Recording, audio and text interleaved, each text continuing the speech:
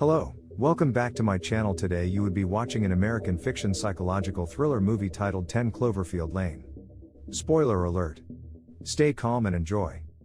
Michelle just argued with her boyfriend Ben. He hurriedly packed her bags and left the house, leaving her diamond engagement ring behind. As she set off on the road, Ben called her, begging her to come back. On the way, she had an accident and passed out. She locked up with injured legs and found she had been chained to the bed and she is being given a drip. She reaches out to her phone and found there was no service at all. A man named Howard entered the room. She begged him to please let her go because her boyfriend would be looking for her. Howard told her no one is looking for her. He gave her the keys to the chain and he left the room. Michelle planned to attack Howard and escape. So she wore her clothes. She sharpened the tip of the clutches Howard gave to her and set up a fire in her room so Howard can enter. However, Howard overpowered her and told her to sit back.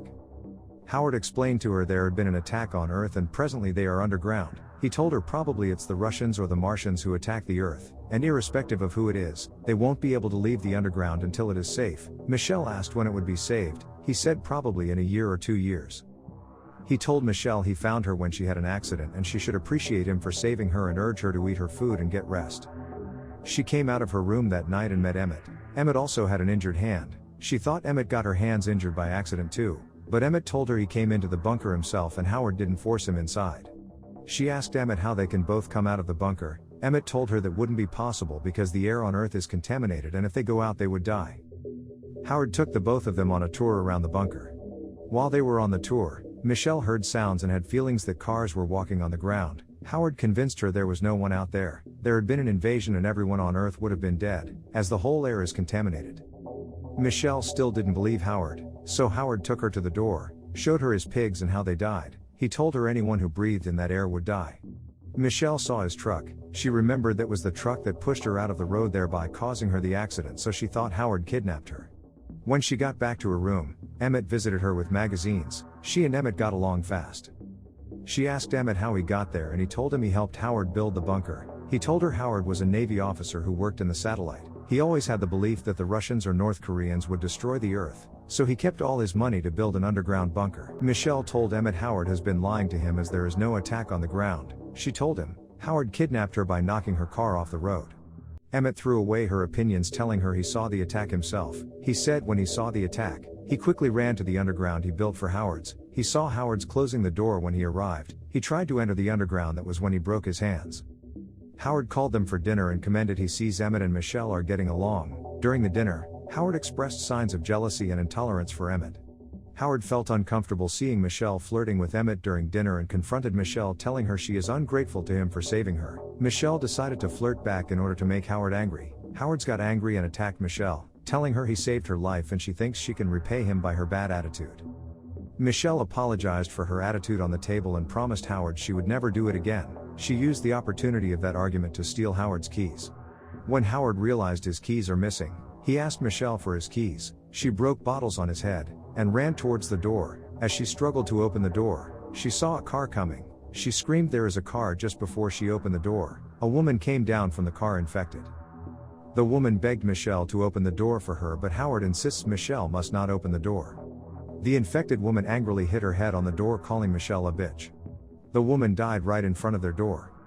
Michelle went back to her rook, realizing that Howard wasn't lying. After all, Howard came to her and apologized for knocking her off the street. He told her he saw that the attack was imminent, so he drove roughly towards the underground, knocking on Michelle's car off the road in the process. He gave her some clothes, claiming they belonged to Megan, his daughter. He also showed her Megan's picture. They both talked about how Megan's mother convinced his daughter against him and took his daughter away. Michelle sympathized with his as they talk. He asked Michelle to help him stick the injury he got from the broken bottle. Michelle helped him stitch the injury and they both talked about Michelle's love for designing clothes. Later that night, Michelle told Emmett she feels bad for not helping the woman earlier. Emmett told her it wasn't her fault and the woman would have died either way. She and Emmett got along very quickly. The three of them got used to life underground. They played, read magazines, listened to songs, and played games to while away time. One day, they heard cracking on the ground. The sound shook their underground bunker. Howard thinks it is a helicopter and it is not their government helicopter. It is probably the helicopter for the country that invaded them. The countries probably came to clear away people still alive in their country.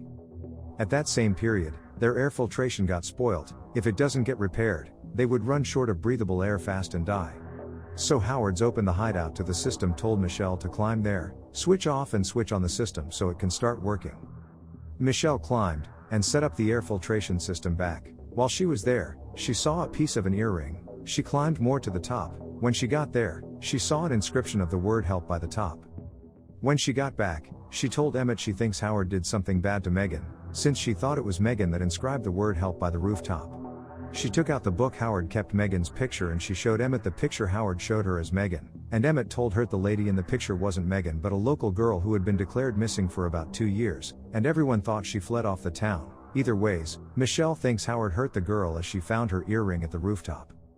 Emmett was sure that wasn't Megan as they wanted to drop the book with the picture back into the shelf. Megan's original picture fell from it. They realized Howard hurt and killed the missing girl.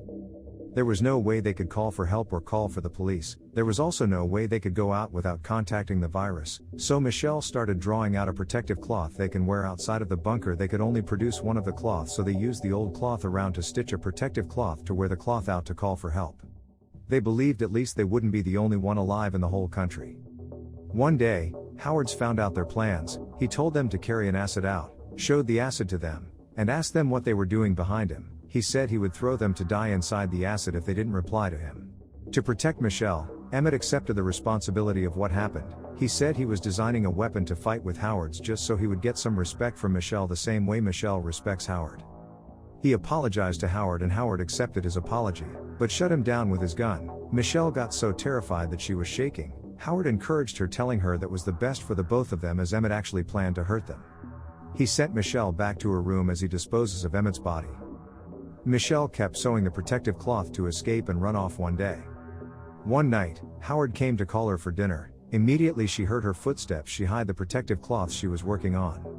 After Howard delivered the message, he felt something was wrong, so he checked the space in her room and found out she was scheming against him. She ran out of the room, locking Howard inside and finding a way to leave. Howard found his way out and rushed to attack her. She poured the acid on him, leaving him deformed and setting fire to the house.